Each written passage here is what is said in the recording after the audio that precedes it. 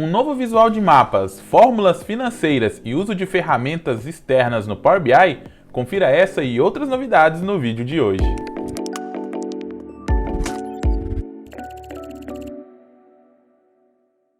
Olá a todos, sejam bem-vindos a mais um vídeo aqui do nosso canal. Tudo bem com vocês? Meu nome é Laender e no vídeo de hoje nós vamos falar sobre as novidades e atualizações do Power BI Desktop para o mês de julho de 2020.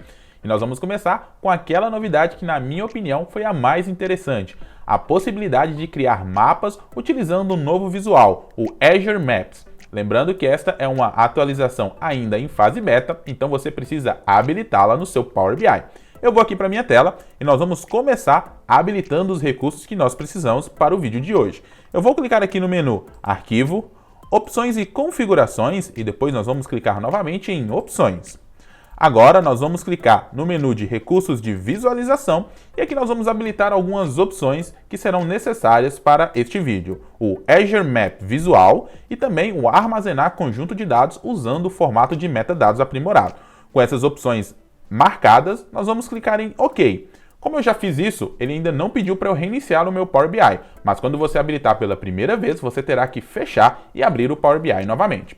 Com isso, nós vamos poder agora utilizar o novo visual que vai aparecer aqui, com uma setinha, chamado Mapa do Azure. Eu vou clicar nele e agora nós vamos poder criar um novo mapa. Aqui ele vai mostrar apenas uma informação aqui relevante para o uso dos dados e nós vamos começar utilizando aqui alguns campos que nós precisamos. Para utilizar o mapa do Azure ou Azure Map, você vai precisar de latitude e longitude. Esse mapa trabalha apenas com latitude e longitude. Vamos colocar aqui então algumas informações que nós temos na tabela de cidades. A latitude, eu vou colocar aqui no seu campo correspondente, e a longitude. Fazendo isso, ele vai conseguir plotar ali naquele nosso mapa todos os pontos que nós temos, que neste caso são todas as cidades do Brasil. Mas nós podemos também informar uma medida para colocar essas informações no mapa. Eu vou pegar aqui a minha medida de soma de vendas e vou colocar em tamanho. Perceba que agora nós temos apenas algumas bolhas, como o nosso mapa de bolhas já padrão do Power BI, porém aqui nós temos algumas formatações extras que podemos trabalhar. Eu vou clicar aqui em Formato, e nós podemos colocar aqui, por exemplo, algumas formatações, como configuração do mapa, sobre zoom automático, encapsulamento mundial, ou até mesmo um seletor de estilo. Nós temos aqui as opções de bolhas, onde podemos determinar um tamanho mínimo para a bolha. Então, por exemplo, a menor bolha vai ter tamanho 1 e podemos também determinar um tamanho máximo, onde a maior bolha vai ter tamanho 15, por exemplo. E aí a gente consegue visualizar ali o tamanho. Vamos voltar aqui para o padrão, que é 5 e 30. E temos aqui também a forma de dimensionamento dessas bolhas, se ela é linear, logarítmica ou cúbica. Você pode selecionar aqui e perceber como será dimensionado entre o mínimo e o máximo. Além disso, nós podemos ver outras formatações. Uma que me chamou bastante atenção é a possibilidade de utilizar aqui um gráfico de barras. Eu posso ativar aqui e perceba que nós podemos também, ao invés das bolhas, utilizar barras, demonstrando ali em um mapa 3D como se tivesse barras saindo conforme o tamanho. Você pode também configurar essas barras, se ela vai utilizar um cilindro ou uma caixa, ou até mesmo a altura da barra, podendo determinar a barra mínima e a largura dessas barras. E aí você vai conseguir visualizar melhor ali os seus dados no mapa conforme as configurações. Existem diversas outras formatações, como por exemplo, a possibilidade de utilizar uma camada de referência, utilizar dados geodésicos ali que você possa plotar como ruas, tráfegos ali, ou até mesmo aqui a gente pode colocar o tráfego em tempo real, dependendo das configurações que a gente tem aqui no nosso Power BI. Esse visual, ele merece inclusive um vídeo somente falando sobre ele, onde nós podemos detalhar aqui cada uma dessas formatações. Então, se você quiser saber mais sobre esse mapa, você vai comentar aqui embaixo sobre mais mapa Azure, para que a gente possa saber mais ou até gravar um vídeo sobre esse visual. Diga aí o que você acha dessa ideia. Agora nós vamos para a nossa próxima novidade. Quando nós criamos alguns gráficos como colunas e barras, é possível fazer uma formatação condicional de estilo de mapa de calor, onde nós podemos determinar uma cor para o menor valor e outra cor para o maior valor e fazer ali um gradiente dessas cores. Agora nós temos a possibilidade de acrescentar uma legenda com essa variação nos nossos gráficos. Vamos ver como isso funciona. Eu vou clicar aqui no nosso novo visual que eu vou adicionar, que será esse aqui de gráfico de colunas clusterizada, e nós vamos inserir algumas informações. Aqui eu vou colocar, por exemplo, as minhas regionais, que estão aqui na tabela de regionais. e vou colocar também a soma de vendas. Aqui eu consigo visualizar uma barra para cada valor que eu tenho de soma de vendas, da maior, que é Maringá, até a menor, que é Ourinhos. Vou fazer agora uma formatação dessas cores. Eu vou clicar aqui no rolinho de formatação e aqui em cores de dados nós podemos fazer uma formatação condicional, clicando neste botão com um FX aqui. Eu vou clicar nele e aqui nós vamos visualizar as formatações que nós queremos. Eu posso fazer a formatação, por exemplo, da cor com base em uma medida. Eu vou selecionar aqui a medida de soma de vendas. E aí eu vou falar que quanto menor for a soma de vendas, mais claro vai ser a cor, e quanto maior, mais escuro. Você pode selecionar algumas cores aqui. Neste caso, eu vou manter as cores padrões para essa formatação. Eu vou clicar em OK e perceba que automaticamente ele fez aqui um gradiente conforme as cores. Aqui a gente consegue ver o gradiente bem feito, porque os dados estão ordenados. Mas perceba que se eu tivesse classificado, por exemplo, esses meus dados aqui pela regional, ao invés da soma de vendas, automaticamente as barras teriam cores conforme a soma de vendas, e não a ordem que eles estão no visual.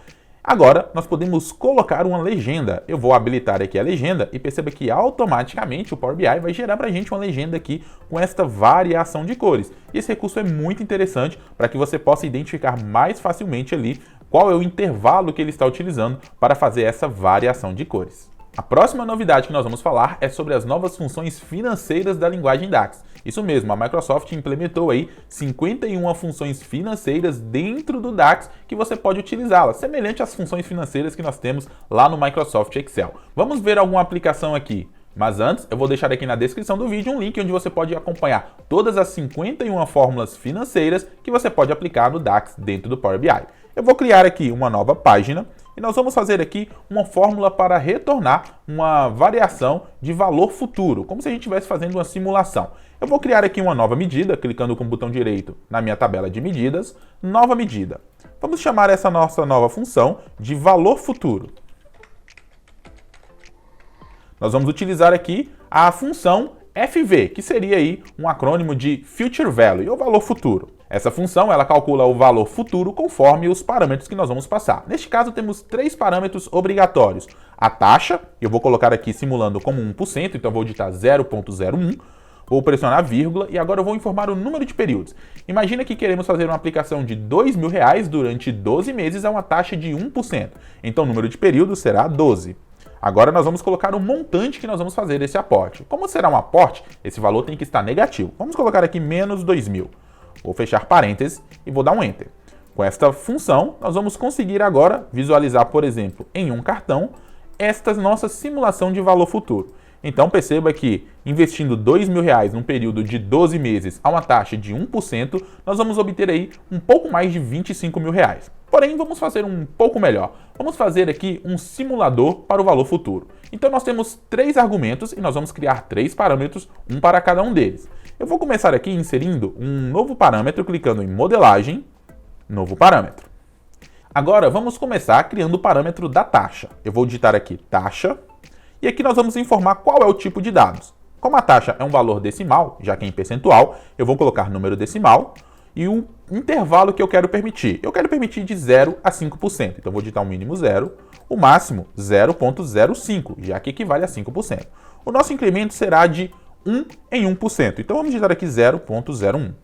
Eu vou dar OK e perceba que será criado um novo parâmetro, um segmentador, que eu possa selecionar o valor da taxa entre 0 e 5%. Vou fazer a formatação. Aqui na nossa lista de campos foi gerada uma nova tabela chamada taxa, onde nós temos aqui uma coluna, que é a nossa coluna que foi gerada automaticamente pelo parâmetro.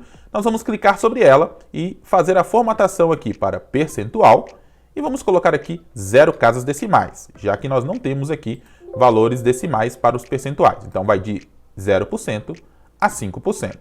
Vamos fazer um novo parâmetro. Eu vou clicar novamente em modelagem, novo parâmetro. Agora eu vou criar o parâmetro para o montante que nós vamos investir mensalmente. Eu vou escrever aqui montante, e neste caso será um valor inteiro. Então vamos deixar número inteiro, o mínimo será 0 e o máximo será 5.000.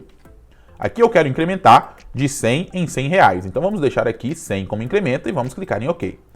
Outro parâmetro será gerado, chamado montante, onde nós podemos selecionar entre 0 e 5.000. E também, da mesma forma, uma tabela chamada montante com uma coluna e uma medida foi gerada. O nosso terceiro argumento será o número de meses que nós queremos. Neste caso, nós vamos gerar aqui um período que vai de 1 a 60 meses, que será a nossa simulação. Eu vou clicar aqui em modelagem, novo parâmetro. Vamos inserir aqui o valor que eu quero. Vamos chamar aqui este parâmetro de período. Vamos colocar aqui um número inteiro que vai entre 1 mês e 60 meses. O nosso incremento será de 1 em 1 mesmo. Aqui nós vamos clicar em OK e mais um parâmetro será gerado. Perceba que nós podemos selecionar os valores entre 1 e 60. Agora vamos fazer o seguinte. Nós vamos selecionar esses valores e inserir aqui na nossa nova medida. Eu vou clicar em valor futuro e vou substituir a taxa por cada medida de cada parâmetro. Nós vamos chamar aqui a medida chamada taxa valor. No lugar dos 12, nós vamos chamar a medida período valor. E no lugar dos 2.000, que é o nosso montante, nós vamos chamar a medida montante valor. Eu vou dar um Enter e perceba que o nosso valor automaticamente ele muda conforme ali os nossos períodos. Podemos fazer então uma nova forma de simular. Uma outra maneira seria inserir um gráfico onde nós conseguimos enxergar todos os valores. Eu vou clicar aqui para inserir um gráfico de linha. Vamos inserir agora os valores que queremos. Aqui no nosso valor vamos colocar o valor futuro.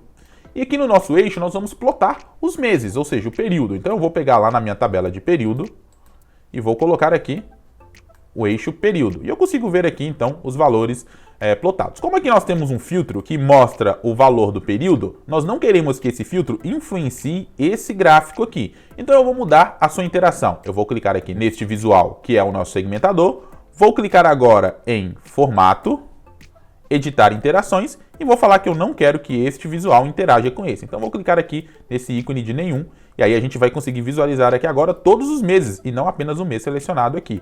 Com isso agora eu consigo simular o período que eu quero, mudando o período apenas aqui, e o montante. Conforme eu coloco o montante e a taxa, a gente vai vendo aí a visualização. Se eu colocar uma taxa maior, você vai perceber que nós vamos ter aqui uma curva mais exponencial. Então aqui é apenas um exemplo para você aplicar essas funções financeiras. Claro que existem muitas outras aplicabilidades. A nossa próxima novidade será as melhorias no Q&A, ou perguntas e respostas. Para quem não sabe, o recurso de perguntas e respostas é aquele recurso onde nós podemos criar gráficos digitando apenas uma pergunta e o Power BI vai nos responder conforme os nossos dados no nosso modelo. Eu vou criar aqui uma nova página para que possamos simular uma perguntas e resposta. Eu vou clicar 2 vezes na página e aqui a gente vai conseguir visualizar uma situação onde eu posso digitar uma pergunta ou até mesmo algumas opções aqui pré-definidas, como por exemplo top data de faturamento por soma de vendas ou top clientes aqui pela soma de vendas. O que eu quero mostrar neste novo recurso aqui é a possibilidade da criação de sinônimos para cada um dos valores que nós temos nas nossas tabelas e campos. Basta você clicar aqui na engrenagem de configuração e aqui nós temos sinônimo de campos. Aqui você pode determinar um sinônimo para cada tabela ou até mesmo para cada campo da tabela. O Power BI vai te fazer algumas sugestões que você pode acatá-las clicando aqui para adicioná-las ou você pode remover clicando aqui no xizinho e removendo as situações. Isso aqui seria muito útil, por exemplo, quando você tem alguns campos que podem ser chamados pelos seus usuários aí de formas diferentes. Imagine, por exemplo, que os meus vendedores em alguns locais eles também são chamados de representantes. Então eu poderia criar um sinônimo aqui para a minha tabela de vendedor como representante e poderia adicionar aqui cada um dos sinônimos que eu tenho para esse campo. E quando eu for digitar aqui uma pergunta que faça referência a este campo, mesmo utilizando os sinônimos, serão identificados corretamente. A próxima atualização é uma atualização simples, mas que permite alterar o cabeçalho de um visual de segmentador. Algumas atualizações atrás, a Microsoft permitiu a criação de um nível hierárquico em um visual, e com isso automaticamente ele colocava todos os campos no cabeçalho. Vamos ver o que é isso. Eu vou clicar aqui na nossa página de novidades, e aqui nós temos um segmentador de dados, onde nós temos o campo de categoria. Agora eu consigo colocar, por exemplo, um segundo campo. Eu vou colocar aqui também o produto, então nós vamos pegar aqui da tabela de produtos, o produto, e vou inserir aqui abaixo, em campo. Perceba que automaticamente o segmentador aparece aqui, categoria e produto. Antes não era possível alterar este campo aqui, este título, mas com a atualização de julho agora é possível. Basta você clicar aqui no rolinho de formatação, clicar em cabeçalho da segmentação e alterar o título ou até mesmo utilizar uma formatação condicional. Eu vou colocar aqui seleção de produtos, pressionar Enter e a gente já consegue visualizar aqui um novo cabeçalho para o nosso segmentador. Bem, essa é uma atualização simples, mas que pode melhorar aí a experiência dos usuários dos seus relatórios. E para finalizar esse vídeo, vamos falar sobre a possibilidade de utilizar ferramentas externas dentro do Power BI. É isso mesmo, agora a Microsoft permite que nós possamos utilizar algumas ferramentas e conectar diretamente do nosso modelo de dados. Por exemplo, muita gente sabe que o Power BI utiliza aí o modelo tabular e a gente pode utilizar o Tabular Editor para fazer alterações no nosso modelo. Algumas pessoas utilizavam o Tabular Editor separadamente e aí ele tinha que ir lá abrir o Tabular Editor e depois abrir o seu modelo de dados.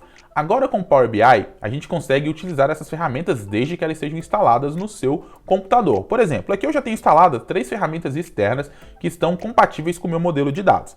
Para utilizá-las, basta eu clicar aqui agora na nova guia chamada Ferramenta de Dados.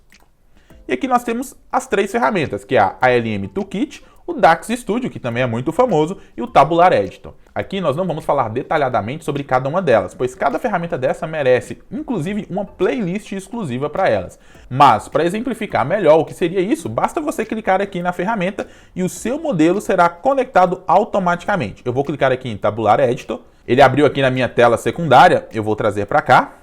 E agora eu consigo alterar, por exemplo, coisas no meu modelo, como criar KPIs ou até mesmo criar aqui grupos calculados. Eu posso clicar aqui e visualizar várias propriedades que nós temos dentro do Tabular Editor aqui no nosso modelo. Aqui em tabelas eu consigo ver todas as minhas tabelas e até mesmo criar tabelas específicas. Eu poderia clicar com o botão direito, criar aqui, por exemplo, um Calculation Group, que é um grupo de cálculo onde eu posso colocar várias medidas ali automaticamente. Mas isso, como eu falei, merece inclusive uma playlist, já que poderíamos criar várias aulas sobre esse assunto. Se você quer saber mais sobre o Tabular Editor ou DAX Studio, comenta aí embaixo. Mais DAX Studio ou mais Tabular Editor para a gente falar sobre essas ferramentas. Então é isso, espero que vocês tenham gostado dessas novidades. Comenta aí também qual foi a novidade que você mais gostou esse mês e quais as melhorias que você espera que o Power BI traga nos próximos meses. Um grande abraço e a gente se encontra no nosso próximo vídeo. Tchau, tchau!